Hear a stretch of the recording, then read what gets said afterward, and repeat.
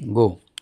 The Institute of Chartered Accountants has already issued auditing standards, and the fraud reporting methodology is incorporated in those auditing standards.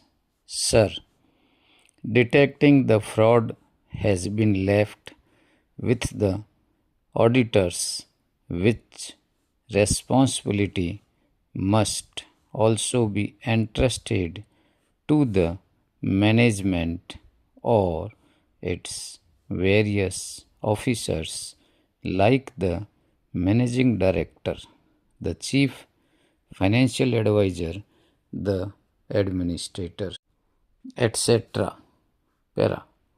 Sir, the next amendment, which is important, is diluting the provision relating to loan to directors, that is, wholly owned subsidiaries, and the directors have been exempted. I do not know why that has to be done. It is related to loans to directors. That is an amendment to section 185.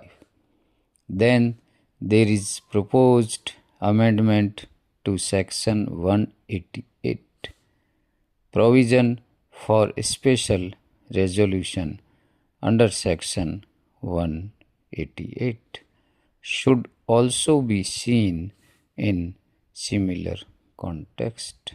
Sir, SEBI continues to provide for the requirement of special resolution for material related party transactions.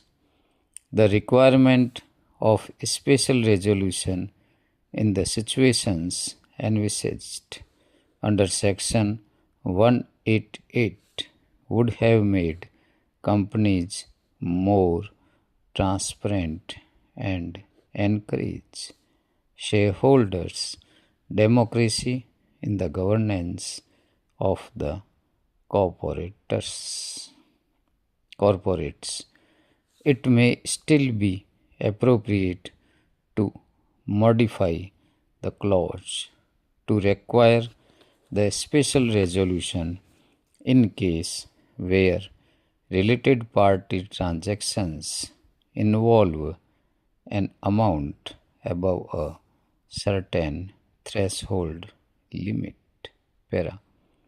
In order to encourage transparency, explanatory statement as required to be given under rules to the shareholders should also state the criteria or the basis for the management for considering a particular related party transaction in the ordinary course of business and at arm's length.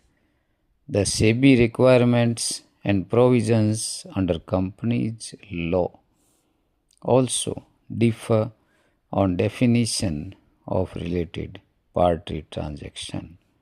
While SEBI has aligned recently the criteria for material related party transaction, there are a number of differences on the corporate governance requirements as well.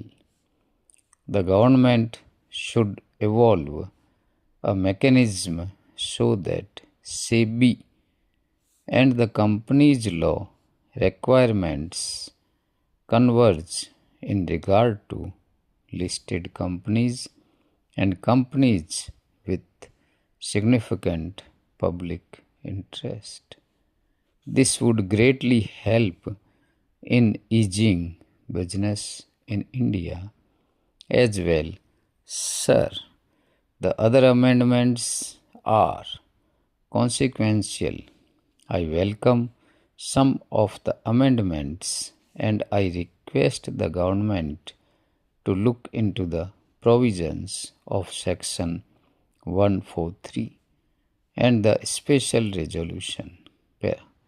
With these few words, I support the bill and hope that the Honorable Minister will look into the suggestions and consider them seriously in the interest and benefit of the people of this country.